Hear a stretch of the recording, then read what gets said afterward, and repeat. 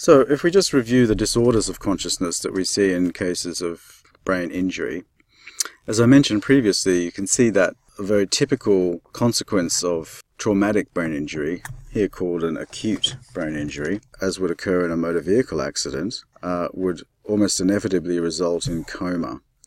Now, the level of coma experienced by somebody who has an acute brain injury will vary.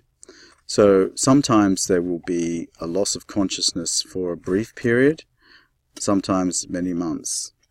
And the extent to which coma will be an impairment to subsequent cognitive function depends upon the duration of the coma itself. If we take a very simple example, I know some of you are interested in football. So let's say in football, in Australian football, we call rugby. In rugby, it's a very rough game, and very often the players will be knocked in the head and they will lose their consciousness. So we sometimes ask our players, if they have a bad head injury in the game, to count to 10, tell us where they are to test their orientation, and then we decide if they should go back into the game or not. And typically in Australia, if you can count to 10, even if you had a serious blow to the head, the coach will put you back into the game to keep playing. So this happens with Australian footballers who are, pretty tough. And so once they're back in the game, then they may have an altered state of consciousness, but they are still able to function. They can kick a ball and they can walk and run. We'd call that a minimally conscious state. So in the case of damage on the football field, we don't refer to it as coma. We call it concussion. But it is a similar process to coma. There are some cases of patients who have only concussion after a head injury, not severe coma, and they would recover cognitive function pretty well.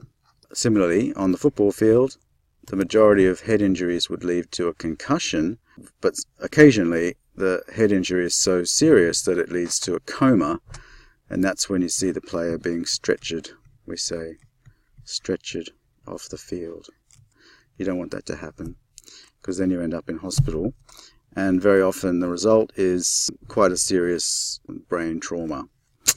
So there are various levels of cognitive impairment associated with these degrees of coma. So consciousness is a low degree of coma, whereas being stretchered off the ground is a really quite a high degree of coma, where in both cases consciousness may be lost, but in a concussion it's not permanent. It's more like waking from a sleep. It's a dynamic, graded process. But in being stretchered off the field with coma, it usually means that you're out. Same thing with boxing. That's often how boxing matches used to finish, with one person on the mat, unconscious. So the states of cognitive impairment that are associated with these different states of loss of consciousness, and most seriously coma, are shown here. So in the most extreme case, coma with a very severe brain injury would lead to brain death, and that often is what we see if somebody is lying in a hospital on a ventilator, and sometimes that can be the case for many years. If a family is able to afford it, then a person whose brain is dead can be kept alive on a ventilator for many, many, many years. But the cognitive status, the cognitive mental state of someone in that state is very bad, and so their impairment is considered to be high. Then there's chronic coma, which could be months or even longer. Chronic coma is where the brain is responsive to certain stimulation, but the cognitive capacity of a person is also very low, so their impairment is relatively high. Persistent vegetative state, similarly, where there is some awareness by the patient, but there's very little mobility. So a person is unable to move about. There's no will. The ability to exert will in speech is absent. Minimally conscious, well, this is an interesting one, because often people who have been in a coma will enter this period of minimal consciousness, and sometimes we call it post-traumatic amnesia. This is the observation of people lapsing in and out of consciousness, which can last sometimes several days. And when people emerge from a coma into full consciousness after a head injury, we don't see a sudden shift from coma to wakefulness. We see a waxing and waning of consciousness. And post-traumatic amnesia, or PTA, is our way of measuring that. This is now getting a little too detailed for you and veers into neuropsychology, but we have a scale called the Westmead PTA scale, which I helped to norm and develop from Sydney. And the Westmead PTA scale gives a measure of how well people can respond, just like the Glasgow Coma Scale, except it's designed to specifically look at how well people can learn new information. So let's say, for example, I had a case in the hospital ward, a patient, and I went to see them on Wednesday. We did some talking, and I asked a few questions, and it could be that the person answered those questions quite well. They knew where they were, they knew who they were, they knew what day it was, and so forth. Then I come back on Thursday, and I walk in at the same time, and I greet the patient, and they look at me as if they'd never seen me before. And then I ask them, what did we do yesterday? Can you remember when I came? What time was it? Where were you? Etc. They'll have no recollection of that episode at all. And that's because they're still experiencing problems with learning new information. And that learning of new information is arrested in the state of minimal consciousness. Quite curious, actually, when you see patients like this. You may visit the case several times, sometimes over many weeks. And one day they're very good at remembering, the next day they're not.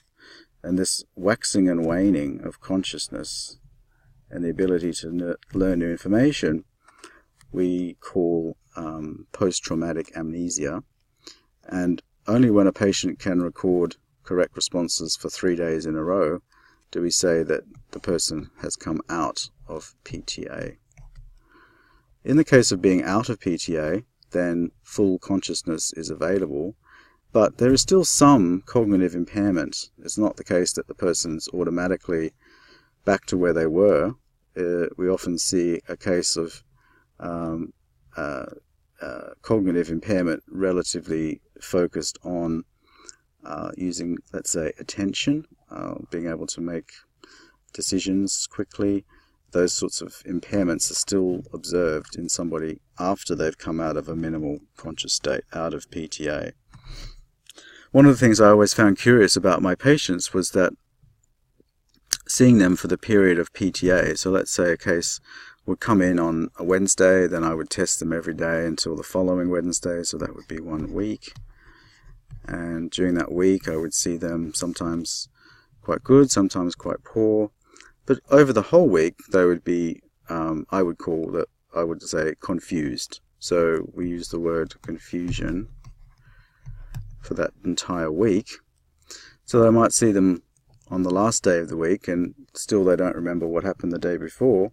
Then I might go in the next day, and suddenly they're completely aware of what's around them and what's taking place. So there's a kind of a snapping out of PTA, which once happens, then we'd say that means they're no longer in a minimal conscious state, and their ability to learn new information is at least back to a level that gives them consciousness.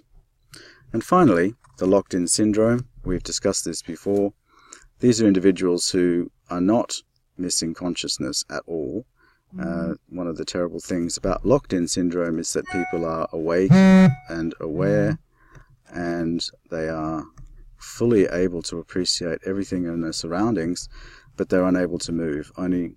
The only signals they can give typically are eye movements or blinks, and that state generally arises not from a trauma to the brain through head injury, but through a stroke in the area of the reticular activating system, that is subthalamic stroke.